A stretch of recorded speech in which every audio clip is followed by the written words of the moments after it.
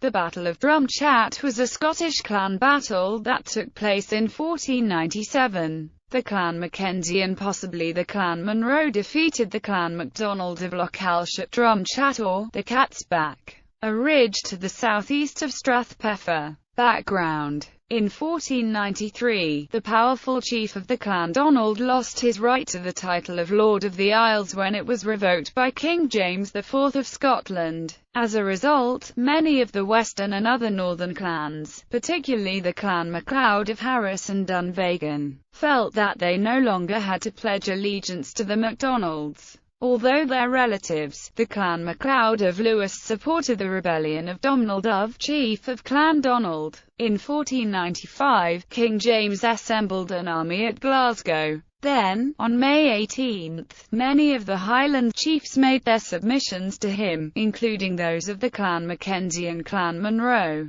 This may explain the unusual alliance between the Monroes and Mackenzies, who were rival clans. However, while the presence of the Clan Monroe at the Battle of Drumchatt in 1497 is mentioned by early 19th century historian Donald Gregory, according to late 19th century historian Alexander Mackenzie, the Monroes are not mentioned as being present in the earliest account, which was written by Sir Robert Gordon in the early 17th century. Historical accounts. The Battle of Drumchatt of 1497 is recorded in several recognized historical documents, including the MacDonald MS History, and also in several published books, including Sir Robert Gordon's A Genealogical History of the Earldom of Sutherland and Donald Gregory's History of the Western Highlands and Isles of Scotland. The battle is also recorded by historian William Anderson Indiana, his book The Scottish Nation, or The Surnames, Families, Literature, Honours, and Geographical History of the People of Scotland. Sir Robert Gordon, 17th century historian Sir Robert Gordon writes of the skirmish at Drumchatt as being fought after the Battle of Blarney-Pass, which was also fought between the MacDonalds and Mackenzies. Thereafter, some of the islanders and the Clan Donald met with Clan Kinesier at a place in Ross called Drumchatt, where ensued a sharp skirmish, but in the even the Elanders were put to the worst, and shut out of Ross at that time. Donald Gregory from Donald Gregory's History of the Western Highlands and Isles of Scotland from AD 1493 to AD 1625, quoting Gordon, published in 1836 and reprinted in 1996, AD 1497. The active share taken by King James in supporting the pretensions of Perkin Warbeck withdrew his attention for a time from the state of the Western Isles, and seems to have given opportunity for a new insurrection, which, however, was suppressed without the necessity for another royal expedition. Sir Alexander of Lochhalsh, whether with the intention of claiming the earldom of Ross, or of revenging himself on the Mackenzies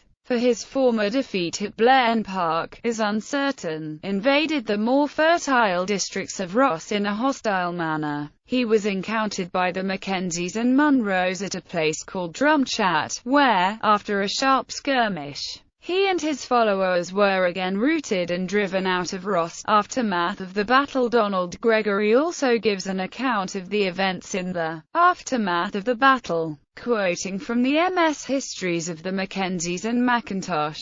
After this event, the Knight of Lochhalsh proceeded southward among the isles, endeavouring to rouse the islanders to arms in his behalf, but without success, owing, probably, to the terror produced by the execution of Sir John of Islay and his sons. Meantime, Macian of Arden and Merkin, judging this a proper opportunity of doing an acceptable service to the king, surprised Lochhalsh in the island of Ornassay, whither he had retreated, and put him to death. In this Macian was assisted by Alexander, the eldest surviving son of John of Islay, with whom he had contrived to effect a reconciliation, and to whom he had given his daughter in marriage.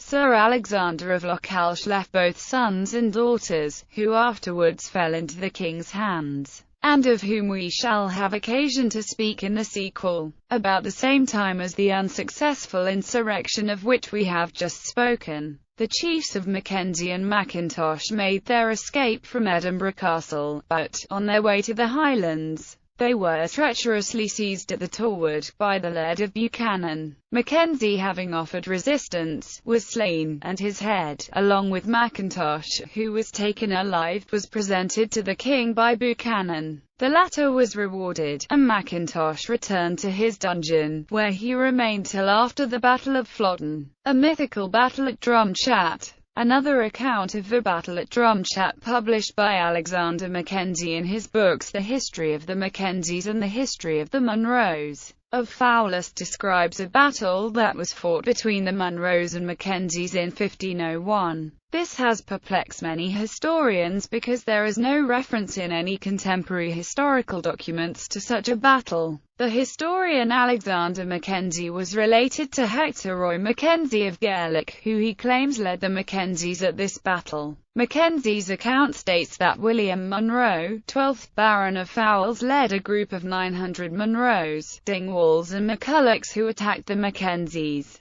laying waste to their lands and taking cattle. However, on their return, they were attacked by just 140 Mackenzies, led by Hector Roy Mackenzie of Gaelic at a place called Drumchatt, where Monroe's force of 900 was defeated. Alexander Mackenzie's story seems to be based on a short verse which was written by Rev. John McCrae in his Ardintoll MS History of the Mackenzies. It reads, "Did 800 men defeat and many kill, with his 70 on the face of Farrell Hill." Knockfarrell is the eastern extension of the Drumchatt Ridge. A score equates to 20 people, and so 70 would be 140. A modern historian, C.I. Fraser of Reeling, also mentions William Monroe and the alleged Battle of Drumchatt in 1501. William Monroe of Fowlis played a prominent part in public affairs in the north, and was knighted by James IV. In 1501 in some official capacity. He led a composite force of Monroes, Dingwalls,